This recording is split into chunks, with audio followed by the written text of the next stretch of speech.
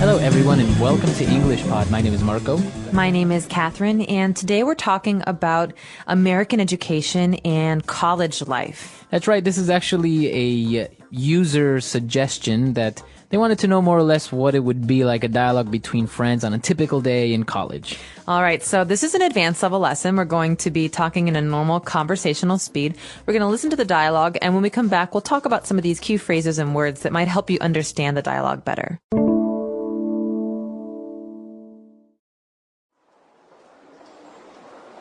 Hey, Jordan, is that you? Long time no see. Oh, hey, no kidding. I haven't seen you since orientation 3 months ago. So, how you been? Settling into college life okay? Yeah, I think so. I pledged Phi Iota Alpha, so I'm living at the frat house now. Oh, so you're a frat boy now, huh? Yeah, I know. It's totally cliche, but really, I think it's been a good decision. Got a lot of support and good suggestions from the guys. What about you? What have you been up to? Well, not much. I'm still living at home and commuting to school. I ended up dropping that metalworking class I was so excited about. It just wasn't as interesting as I'd hoped. The guidance counselor suggested that I focus on my prerequisite courses so that I can make sure the credits count. That sounds smart, but kind of boring. Yeah, it is, a little bit. I joined the Great Outdoors Club, though, which has been a lot of fun.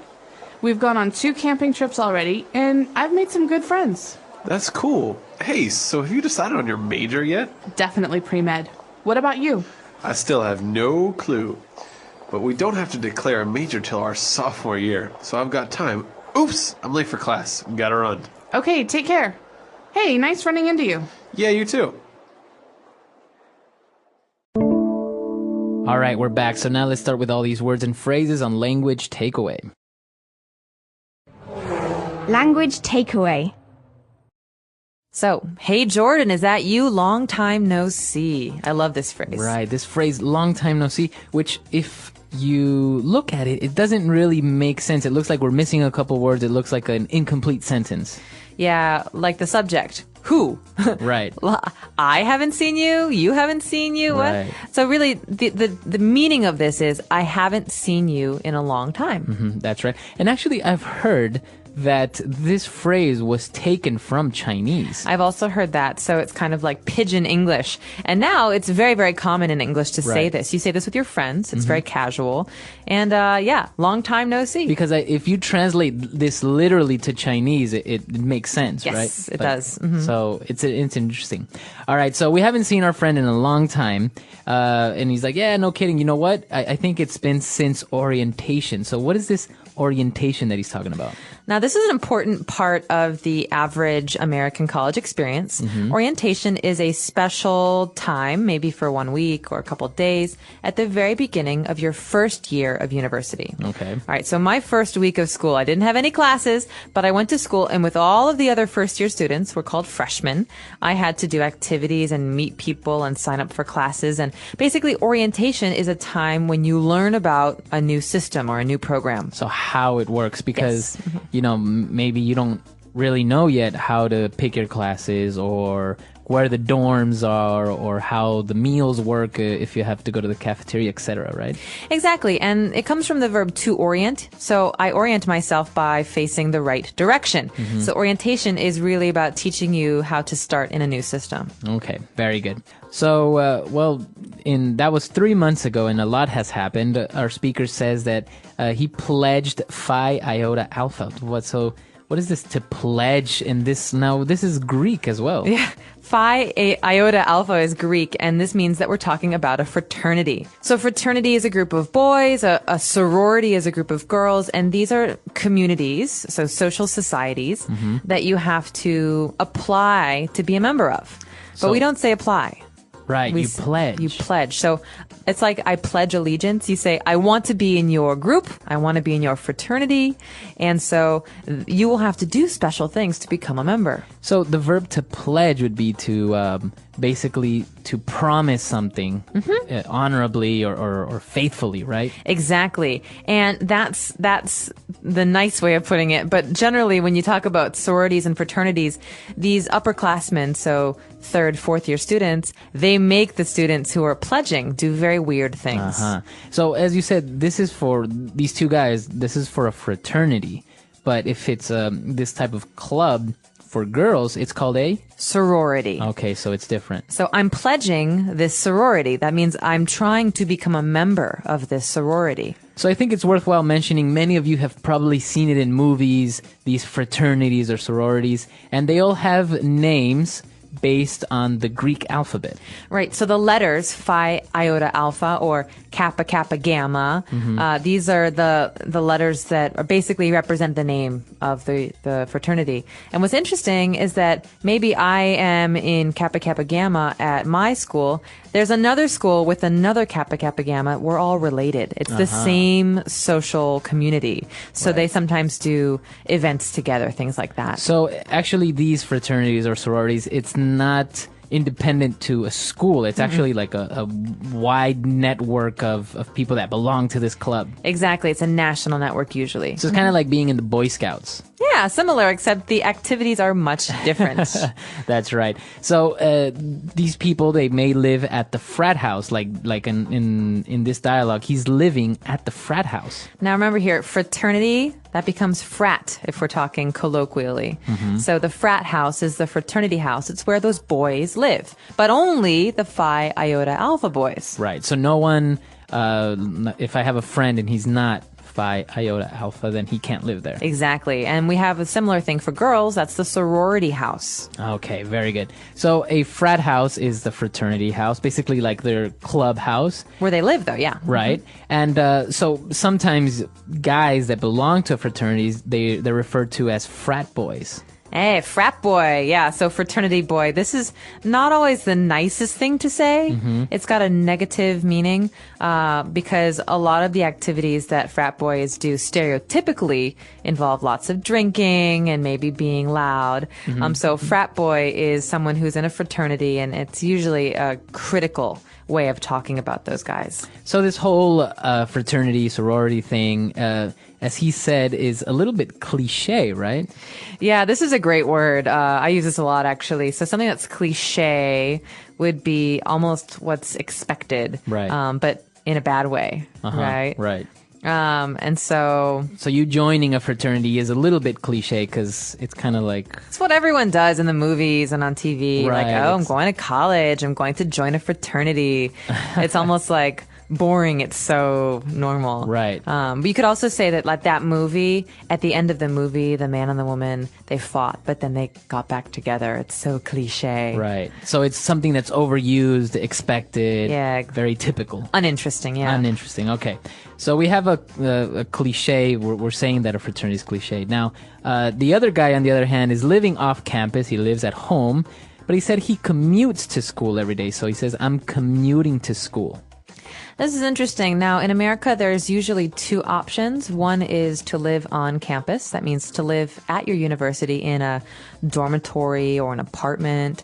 But many people commute. And this means they drive to school every day and then they drive home at night. They don't live on the campus. So you can also commute to work every day, right? This is what people do. You don't live at the office. Exactly. I hope not.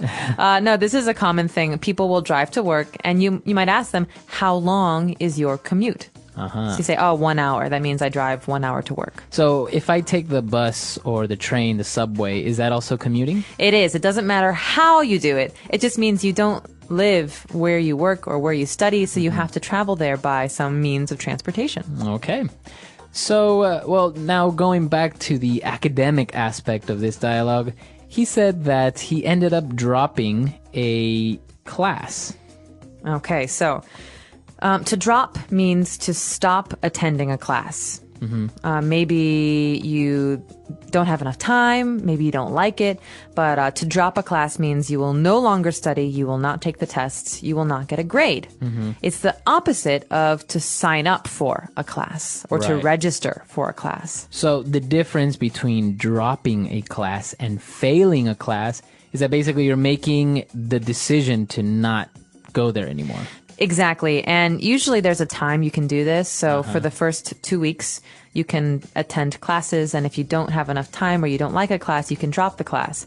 But if you stay in the class, you just don't come or you do very poorly on your tests, that's called failing. So there are some classes, because I don't know, can you drop any class or do you have to take them at some point? That's a good question. That's our next phrase. That's a prerequisite course, right?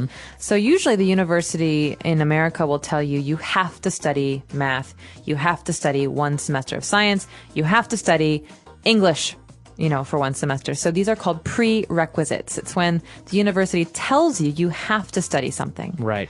And I think you also have some courses that you can't take until you've passed some other course, right? So like, for example, you can't take economy unless you've passed, I don't know, calculus. Exactly. That's another prerequisite. So we'd say the prerequisite for economics is calculus 1. Or the prerequisite for Spanish 200 is Spanish 100. Right. It means you have to take something before you take something else. Right. So there's 2 meanings of the word, but they're both related to requirements, what you have to do. Okay, you need a requirement. Now, moving on and talking about the major, he said if you decided on a major, and he said, pre-med. All right, so major, first of all, is what you choose to study, right? Right. The focus of your study. Exactly, the focus. You might study other classes, but your focus, your main interest area is one thing. And in his case, he's talking about pre-med. Now, what does pre-med stand for? Because it is a short version of a longer word. Right. So it's pre-medicine. Yeah, okay. So medicine is something you study if you want to be a doctor. Right. So because in America you don't become a doctor after 4 years. Right. You have to go get your BA, your bachelor's degree, and then you have to get your PhD, your doctorate. So people who want to go to graduate school first have to study many required courses. That's the pre-med focus. Okay, so that's what he's talking about. He's definitely going to focus on pre-med. He wants to be a doctor. He's not going to be a doctor soon, but he wants to start studying to be a doctor. So he will become a pre-med major. And what about for lawyers? I know that there are also something that you focus on before. There is, yeah. That's called pre-law. Same idea. Pre means before. So obviously a lawyer needs to study for a long time as well. And with your undergrad degree, so your first 4 years, you would study pre-law. So this is what you focus on for your 4 years, and then you go into grad school and become an attorney or a specific type of lawyer. But a lawyer doesn't have to study for a PhD. A lawyer studies for a JD. That's called, JD. Yeah, Juris Doctorate. That's the law degree. Interesting. Okay. So, he's going into pre-med, but the other guy, he's like, I don't have a clue yet. And he doesn't have to declare a major until the sophomore year. Okay, a couple things going on here. First of all, there are different names for each year. Right. So freshman, sophomore, junior, senior. 1, 2, 3, 4. So sophomore year is the second year. So if you say I'm a sophomore student at XY University, that means you're in your second year. Exactly. And he says that he doesn't have to declare a major until his second year, till his sophomore year. And this phrase, to declare a major, is very important. It means that you will tell the university what your focus will be. Right. And you have to do this. You can't just go to school and then graduate. You have to say, I will focus on this, because every major has what we just talked about, prerequisites. Right. So, but in this first year, you don't have to tell the university yet what you want to study. Maybe you take a variety of courses and then you tell them, okay, now I'm going to focus on this, right? Exactly. That's what I did. And that's very common for liberal arts schools.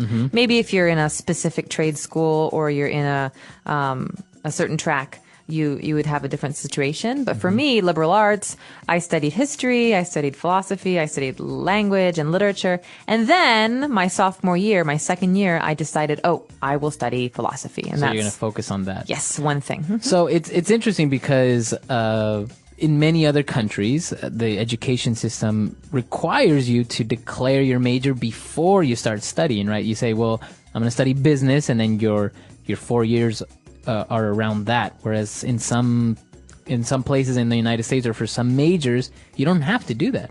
That's true. And I've also heard in England, for example, you have one area of study, one major, and that's all you study.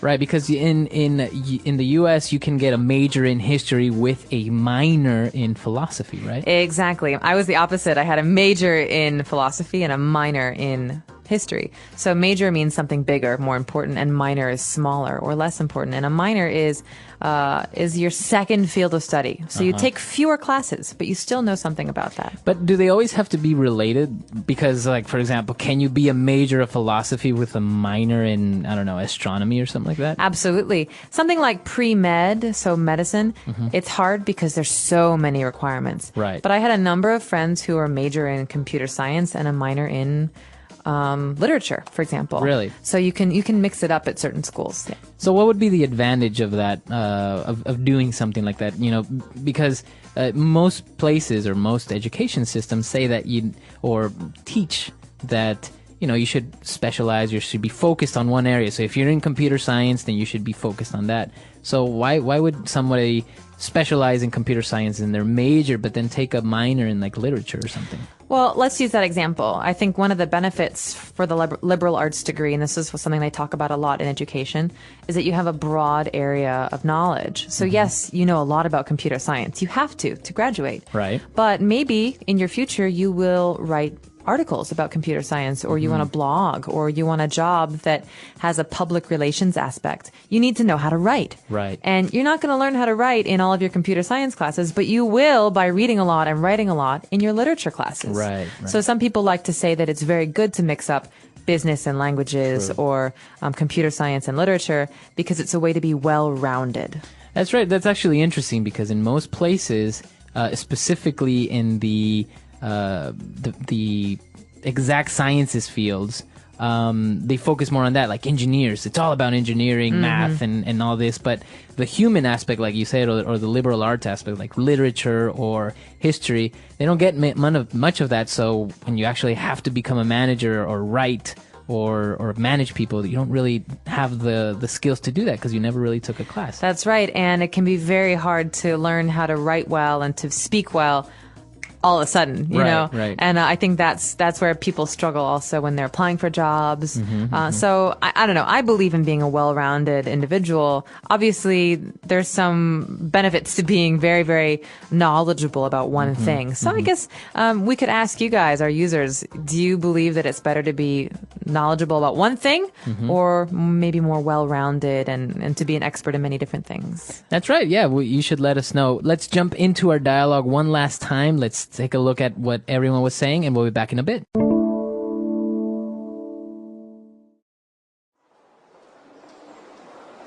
Hey, Jordan, is that you? Long time no see. Oh, hey, no kidding. I haven't seen you since orientation 3 months ago. So, how you been? Settling into college life okay? Yeah, I think so. I pledged Phi Iota Alpha, so I'm living at the frat house now. Oh, so you're a frat boy now, huh? Yeah, I know. It's totally cliche, but really, I think it's been a good decision. Got a lot of support and good suggestions from the guys. What about you? What have you been up to? Not much. I'm still living at home and commuting to school. I ended up dropping that metalworking class I was so excited about. It just wasn't as interesting as I'd hoped. The guidance counselor suggested that I focus on my prerequisite courses so that I can make sure the credits count. That sounds smart, but kind of boring. Yeah, it is, a little bit. I joined the Great Outdoors Club, though, which has been a lot of fun. We've gone on 2 camping trips already, and I've made some good friends. That's cool. Hey, so have you decided on your major yet? Definitely pre-med. What about you? I still have no clue. But we don't have to declare a major till our sophomore year, so I've got time. Oops, I'm late for class. Gotta run. Okay, take care. Hey, nice running into you. Yeah, you too. All right, so it's a very interesting topic. Education systems are so different around the world. The way that you go to college, how many years. I know that in England you can do a master's in a year, I think. 1 year. Whereas in the States it's 2, or 3, yeah. I think even a bachelor's in England is 3 years.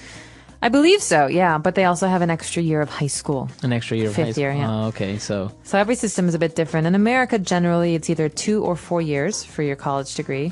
And then, It's graduate school for 2, 3, or 4 years. Now, one of the interesting things and that I found is kind of unique to the Latin American education system is that people can actually go to college for 5 years for majors like in business. And what they do is they call it a commercial engineer. So it's a engineering, it's like an engineering major, but it's not really engineering because it's business. So it's interesting because you go to school for 5 years to be a business major. Interesting. Well, we have something called a joint program, Joint, joint meaning coming together. And you could do that. You could be, for example, a chemistry major, but also a business major, and then maybe go into oil refinery or, some kind of very specialized business where you do need to know something about chemistry. And that's called a joint degree. Oh, that's really smart as well. Yeah, I think so. Well, it's interesting. Let us know what you studied. Maybe you went to school for 2 years. I think you can get a technical degree. Is it in 2 years? Yeah, associate's degree or a technical degree for 2 years. And then you can get a bachelor's, a master's, a PhD. Let us know what your education background is like and how it works in your country. Our website is englishpod.com. We hope to see you there. All right, guys. Bye. Bye.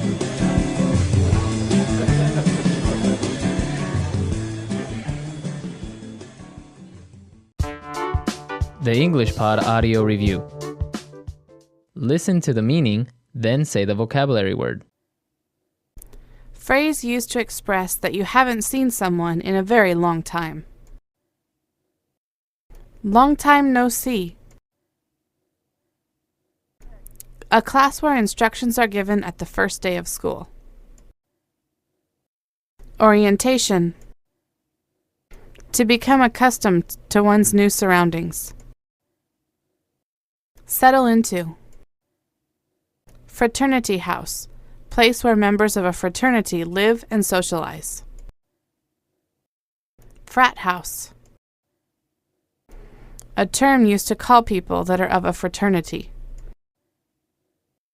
Frat boy. To quit or not continue a class. Drop. Academic mark.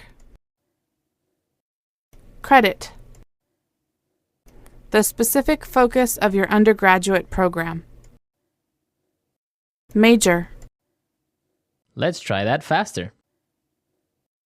Fraternity house.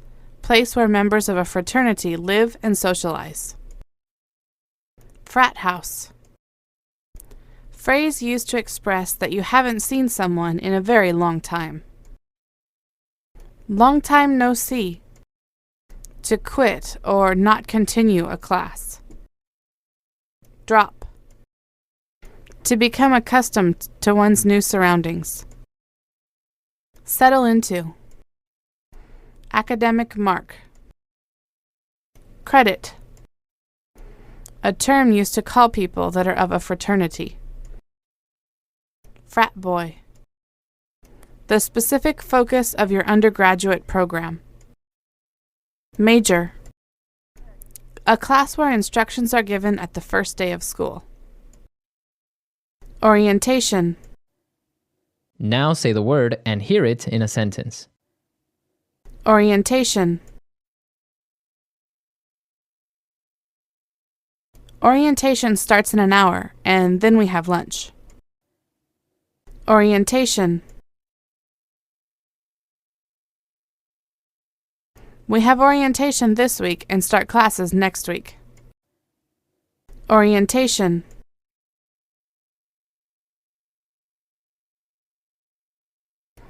Orientation is really good since it shows you how college life works. Settle into.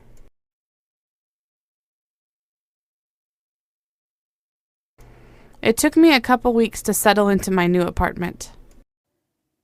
Settle into. I find it hard to settle into this city. Settle into. My parents are helping me settle into my new dorm. Credit. I need 5 more credits to graduate. Credit. This class is worth 10 credits. Credit.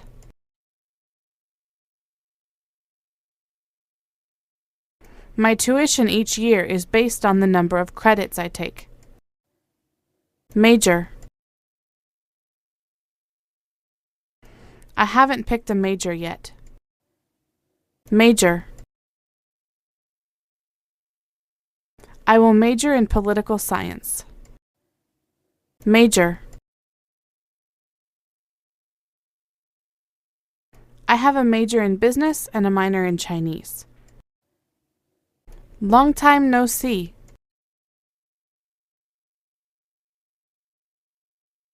Carl, where have you been? Long time no see. Long time no see.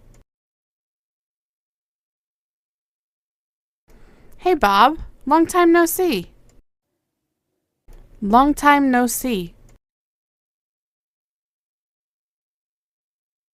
Hey guys, long time no see. How have you been?